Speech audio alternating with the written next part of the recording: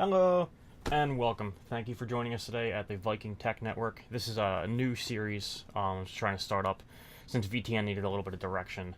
I'm going to be calling this one Crypto Viking. I've been getting a lot of demand recently for some crypto knowledge in both my inboxes and a few other social media networks, a couple of my emails, some texting. A lot of people ask me basically every day a whole lot of questions about crypto. I figured this was a great outlet to compile a bunch of those questions, really get them together, find out what people want to know most, what people want to know least, and maybe make an episodic, ongoing thing to really address people's questions, concerns, maybe help people decide whether or not they actually want to get into crypto, whether it's something they prefer to avoid.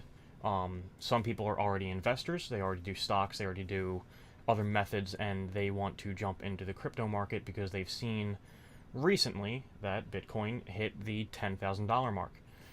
So I believe a lot of the concerns come and stem from that.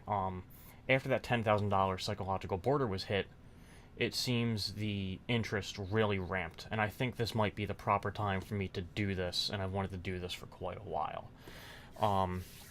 So I guess let's get right to it with a basic. What actually is Bitcoin? That's one of the biggest questions I get.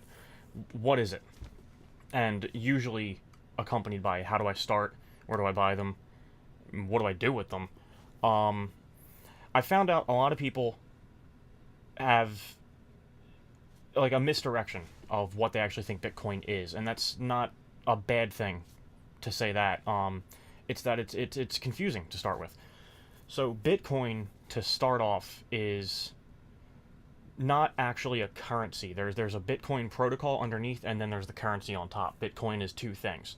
Bitcoin with a big B is the protocol, and that is a decentralized peer-to-peer consensus ledger.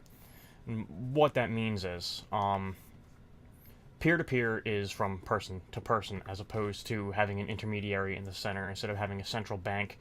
That's also where we get decentral. Your normal bank, whether it be TD Bank, Republic, what have you, Wells Fargo, whoever, really hope it's not copyright issue mentioning those on screen, whatever, they're centralized. You have a central hub. You have that bank in the center controlling essentially your funds. Now, they don't control the US dollar per se, but the US dollar has that central hub of the United States government. It has whatever it's based on anymore. It's not based on gold anymore. Bitcoin does not, and many other cryptocurrencies do not. There are some central cryptocurrencies. I am not a fan of them. It certainly doesn't mean you shouldn't be. So decentral basically means there's not a hub in the center. And the consensus ledger bits. So the Bitcoin works on a consensus. 51%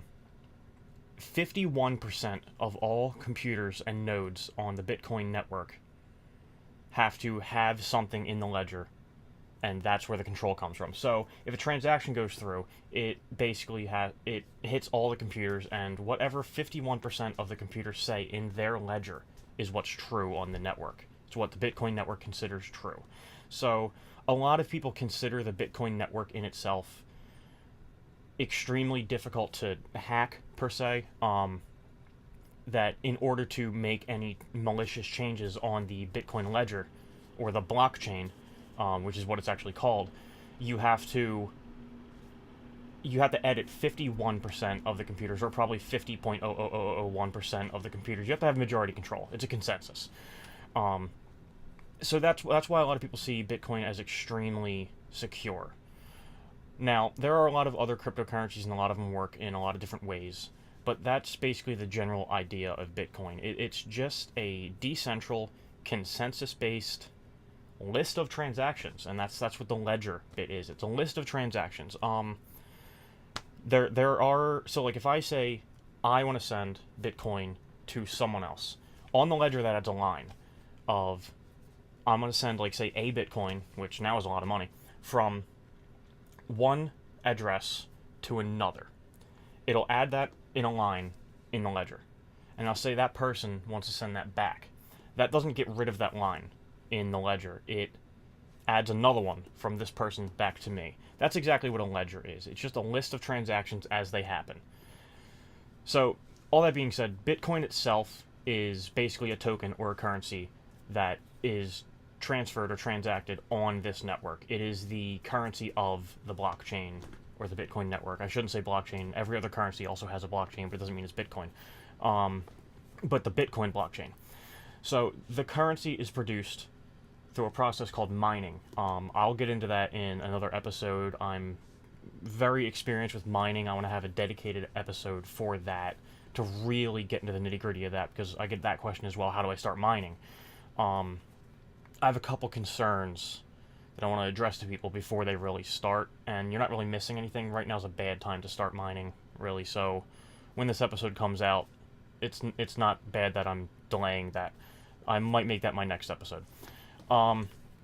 So basically we understand that Bitcoin is a currency. So what makes it so interesting besides the technology underneath and how it's secure, it's decentral, it transacts in about a half hour, and all these great things about Bitcoin.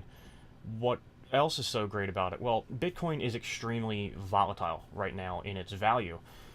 It went from about $1,000, I think maybe $780 some dollars, to about $11,000 in 1 year. Now, a lot of people call that a Bitcoin bubble. There have been 200-300 articles on Forbes already about how Bitcoin's dead, yet here we are. And I think a couple weeks back they wrote another article about how great it is. So that volatility about Bitcoin, it means it kind of behaves essentially like a stock market. Its value increases and decreases. You can buy in when it's red and sell when it's green, and you can make a profit. A lot of people see Bitcoin as the currency, as an investment, and I certainly do as well. That's my main reason for using Bitcoin. I treat it as an investment. I put some fiat currency in, fiat being like US dollars and whatnot, and I hold it into Bitcoin. I hold it for quite a while, and I plan to hold it there for a very long time. I'm treating it basically as my savings account at this point. Bitcoin is going up in value fast. Like I said, a lot of people think it's a bubble, but it hasn't shown a dip yet. Other people can use Bitcoin as just a method to expand what kind of money they take or money they put out. So certain shops are taking Bitcoin because of the popularity. Newegg is taking Bitcoin. I know there's certain Ferrari dealerships that are taking Bitcoin now. I don't think Ferrari themselves are. There are shops all over the world that take it, and it's growing and growing and growing, and the acceptance rate is definitely going up. The reason to use Bitcoin can definitely be different for every single person. Like I said, I use mine as an investment. So I also want to get onto how you get Bitcoin, and basically where to go, what to do with it, and what's the safest way to go about all that. I want to say that security and personal security is extremely suggested for any Bitcoin or cryptocurrency practices. We have learned in the past as cryptocurrency investors that you need to understand where you're holding your currency, as it can all just disappear one day. I won't mention names, but Mt. Gox rings a bell. Yeah, I lost probably 7 or 8 Bitcoin a couple years ago when Mt. Gox went down, and today, if I didn't lose that, it would have been $70,000 or $80,000. I would have had my student loans paid off. And you all know how much I complain about my student loans. So, security's big. Am I concerned about my security today? No, because I practice proper security. I practice proper storage of my coins. I practice everything to my knowledge that is proper, and I'm researching every day to make sure I'm doing it right. So, I guess let's quickly jump in. So, how do you get started on Bitcoin? Well, I guess the best way to really begin is, where do you buy them? There are a whole load of websites to buy Bitcoin on. I personally use a website called Coinbase. Now, Coinbase has had some issues. I know that a lot of people aren't a huge fan of it. It does everything I need it to do. I don't store my Bitcoins on Coinbase after I buy them. The purchases always go through. They ask you to verify your ID. They've been safe and reliable as far as I'm concerned. They haven't done anything negative to me. They've treated me just fine. You basically go on there, you put in all your information. It is going to ask you to verify your identification. That is big in Bitcoin these days, since Bitcoins used to be used on the Silk Road and the Onion networks to basically purchase like drugs and weapons and whatnot. So companies are big on knowing who is buying them. Bitcoin is a lot less anonymous than it used to be, and personally I'm completely okay with that. I thought the Silk Road network and all that was kind of tainting the idea of what Bitcoin really was. So I purchase on Coinbase, and then after the transaction goes through, I send my funds from Coinbase to a wallet. Now, there are a lot of different wallets, which a wallet is just something that holds your currency. Well, it doesn't actually hold your currency. It keeps track of your addresses and your private keys. I'll have an entire episode dedicated to wallets as well, because I feel like that has a lot of discussion, and I really want to get down and dirty with wallets, because I want to make sure everybody's storing their coins properly, because I don't want anyone to lose anything that they purchased or earned.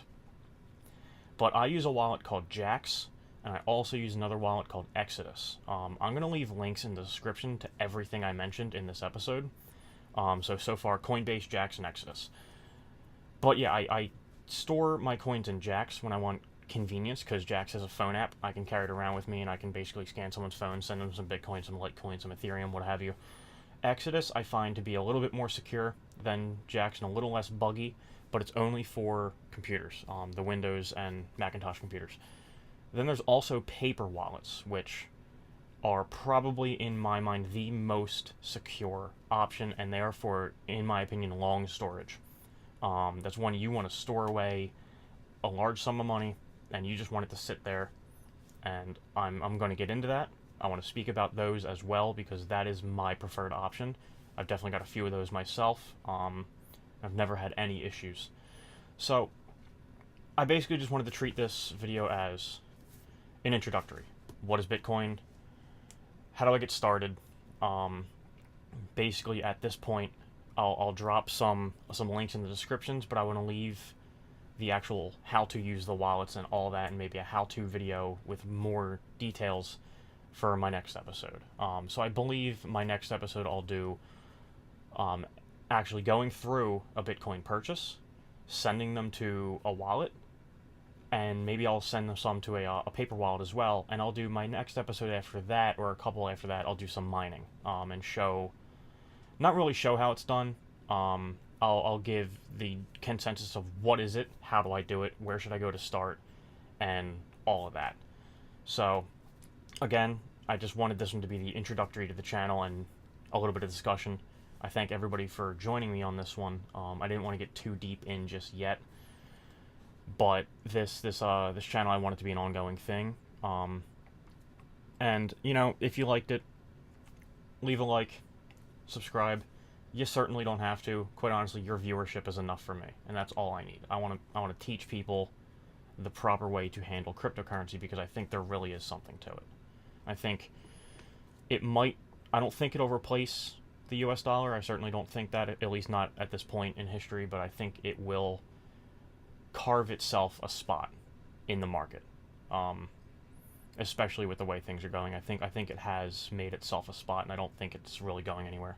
So, again, thank you. Have a wonderful night.